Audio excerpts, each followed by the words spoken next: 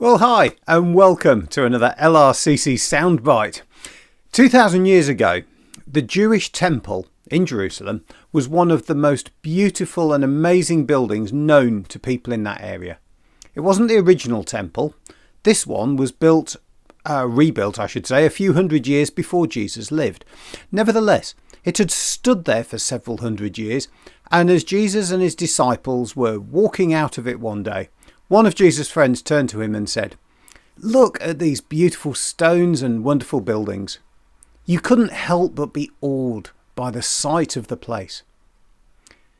I think we're very lucky to live in the UK, where there are many very old and beautiful buildings. Palaces, castles, churches, even simple houses. They can be hundreds of years old. If you've ever visited one of the big cathedrals, then you can't help but be wowed by the architecture, the size, maybe the decoration and the detail. I think the oldest church in Ipswich isn't actually the biggest. St Mary at Elms is the oldest, and I understand it has a wooden door that's believed to have been in continuous use for around 1,000 years, which is just incredible. If you travel outside Ipswich to Lavenham, there are some amazing buildings to see. I'm always amazed at the way that the wood has shifted in the architecture there to create buildings that it just seems amazing that they're still standing. And yet there they are, again, hundreds of years old. Travel a little further afield to Ely. The cathedral there is just huge. Work on that building started in 1083. But it's built on the site of an original church that was built in 673 AD.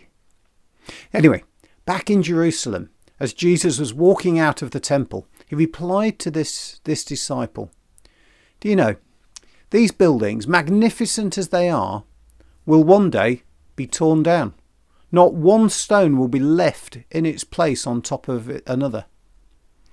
Well, that's a way to spoil the mood, isn't it? I'm sure the builders didn't put any thought into the idea that one day that building would be destroyed.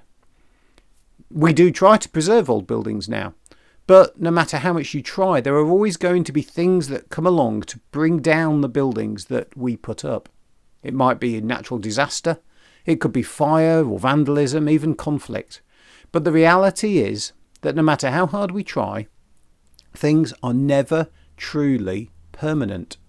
They might last longer than we live, but one day they will decay. Well, that all seems quite depressing, doesn't it? So why am I talking about this? Well, I wanted to contrast it with something else, something that is truly permanent and never goes away.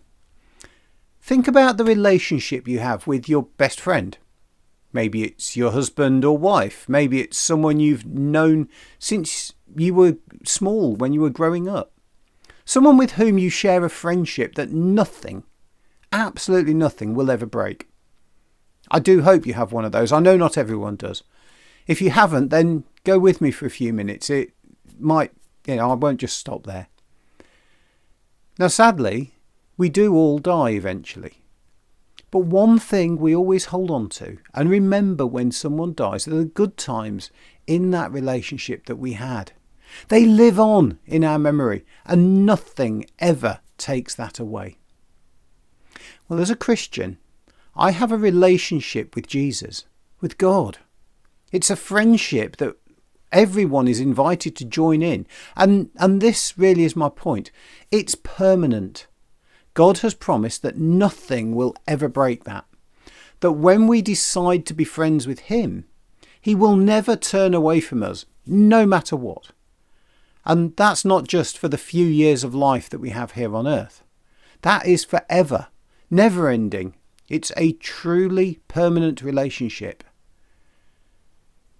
When Jesus talked about how that temple 2,000 years ago would one day be torn down, it makes me think that the permanency of life in relationship with Jesus, just how more amazing that is.